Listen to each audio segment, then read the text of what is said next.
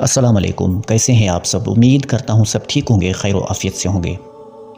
یہ کہانی ہے ایک بہادر، ایک سپہ سالار، ایک ایسی تلوار کی جو اللہ کے دین کے لیے اٹھی اور کبھی نہ جھکی۔ یہ ہے خالد بن ولید رضی اللہ عنہ کی داستان، جنہیں سیف اللہ کہا گیا۔ کیا تم تیار ہو اس داستان کو سننے کے لیے، جہاں خون کی لڑائیاں، ایمان کی پختگی اور قربانیوں کی خوشبو ایک عظیم انسان کی زندگی کو سجاتی ہیں؟ چلو ہم تمہیں لے چلتے ہیں اس دور میں جب صحراؤں کی ریت پر خالد کی تلوار نے کفر کے اندھیروں کو چیر ڈالا۔ یہ کہانی تمہارے دل کو گرما دے گی، آنکھوں کو نم کر دے گی اور ایمان کو مضبوط کر دے گی، کیونکہ یہ کوئی معمولی کہانی نہیں، یہ ایک تاریخ ہے جو ہمیشہ زندہ رہے گی۔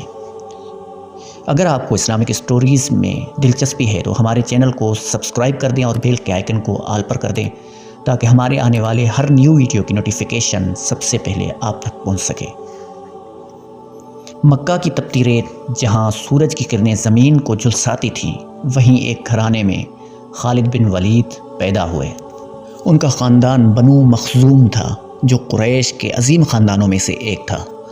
خالد کے والد ولید بن مغیرہ ایک سردار تھے جن کی آواز مکہ کی گلیوں میں گونجتی تھی، لیکن خالد کا دل بچپن سے ہی مختلف تھا۔ وہ نہ صرف طاقتور تھے بلکہ ان کے اندر ایک بے چین روح تھی جو میدان جنگ کی طرف ان کو کھینچتی تھی۔ خالد نے بچپن میں ہی نیزہ بازی، تلوار زنی اور گھڑ سواری سیکھ لی۔ ان کی آنکھوں میں چمک تھی اور ہاتھوں میں وہ طاقت جو دشمنوں کے دل دہلا دیتی تھی۔ لیکن اس وقت خالد کا ایمان ابھی جاگا نہ تھا۔ وہ اپنے قبیلے کے وفادار تھے، اور جب نبی کریم صلی اللہ علیہ وآلہ وسلم نے دین اسلام کی دعوت دی تو خالد اپنے خاندان کے ساتھ کفر کے جھنڈے تلے کھڑے ہو گئے۔ غزوہ احد کے دن خالد بن ولید قریش کی فوج کے ایک اہم کمانڈر تھے۔ انہوں نے اپنی فوجی حکمت عملی سے مسلمانوں کو مشکل میں ڈال دیا۔ جب مسلمانوں نے اپنی پوزیشن چھوڑ دی، خالد نے موقع دیکھا اور اپنی گھڑ سوار ٹولی کے ساتھ حملہ کر دیا۔ یہ ان کی عسکری ذہانت کا پہلا بڑا مظاہرہ تھا، لیکن اس وقت وہ ابھی دین سے دور تھے۔ ان کا دل سخت تھا اور ان کی تلوار اسلام کے خلاف تھی۔ لیکن اللہ کی رحمت بے انتہا ہے۔ خالد کی روح میں ایک چنگاری تھی، وہ ابھی بجھی نہیں تھی۔ وہ ایک سچے دل کے مالک تھے اور اللہ نے ان کے لیے ہدایت کا راستہ کھول دیا۔ حدیبیہ کے صلح نامے کے بعد خالد کے دل میں بے چینی بڑھنے لگی۔ انہوں نے دیکھا کہ نبی کریم صلی اللہ علیہ وآلہ وسلم کی تعلیمات میں سچائی کی چمک ہے۔ ایک رات خالد نے خواب دیکھا، ایک تاریک وادی سے وہ روشنی کی طرف نکل رہے ہیں۔ اس خواب نے ان کے دل کو ہلا دیا۔ وہ اپنے دوست عمرو بن العاص رضی اللہ عنہ کے ساتھ مدینہ کی طرف روانہ ہو گئے۔ مدینہ میں نبی کریم صلی اللہ علیہ وآلہ وسلم نے خالد کو دیکھ کر مسکرا کر فرمایا، میں جانتا تھا تمہارا دل سچائی سے خالی نہیں۔ خالد نے کلمہ پڑھا اور اس لمحے سے ان کی زندگی بدل گئی۔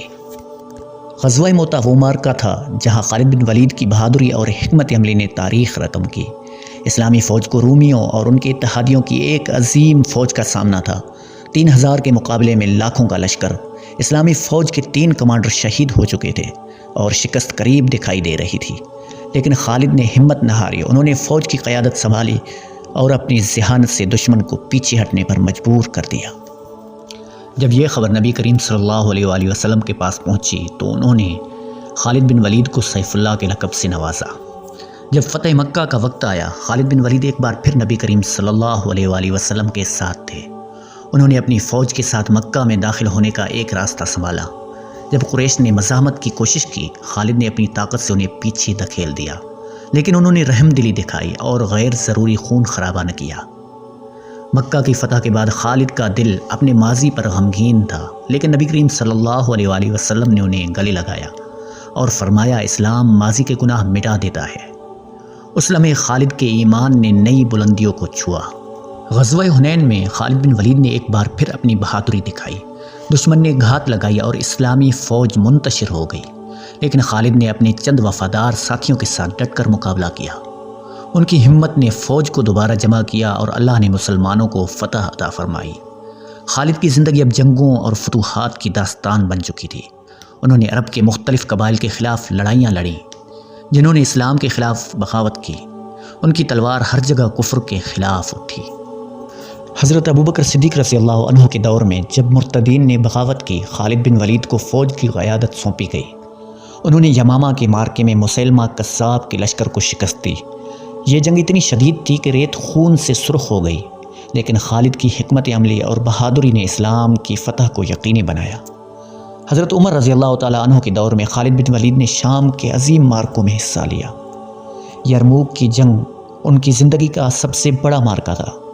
رومیوں کی ایک عظیم فوج کے مقابلے میں خالد نے اپنی چھوٹی سی فوج کو منظم کیا۔ انہوں نے دشمن کو چکرا دیا اور اللہ کی مدد سے ایک ایسی فتح حاصل کی جو تاریخ میں امر ہو گئی۔ خالد کی تلوار ہر جگہ فتح کے جھنڈے گاڑتی رہی۔ دمشق سے لے کر بصرہ تک انہوں نے اسلام کے لیے ایک ایک انچ زمین فتح کی۔ خالد بن ولید صرف ایک جنگجو نہ تھے، وہ ایک عاجز بندے تھے۔ جب حضرت عمر رضی اللہ عنہ نے انہیں کمان سے ہٹایا، خالد نے کوئی شکایت نہ کی۔ انہوں نے کہا، میں اللہ کے لیے لڑتا ہوں، نہ کہ عہدے کے لیے۔ ان کی عاجزی نے انہیں اور بھی عظیم بنا دیا۔ خالد بن ولید کا انتقال حمص میں ہوا۔ ان کی وفات کے وقت انہوں نے کہا، میں نے 100 سے زیادہ جنگوں میں حصہ لیا، لیکن میری خواہش تھی کہ شہادت نصیب ہو، لیکن اللہ نے ان کے لیے ایک اور مقام چنا۔ ان کی تلوار تو خاموش ہو گئی، لیکن ان کی داستان آج بھی زندہ ہے۔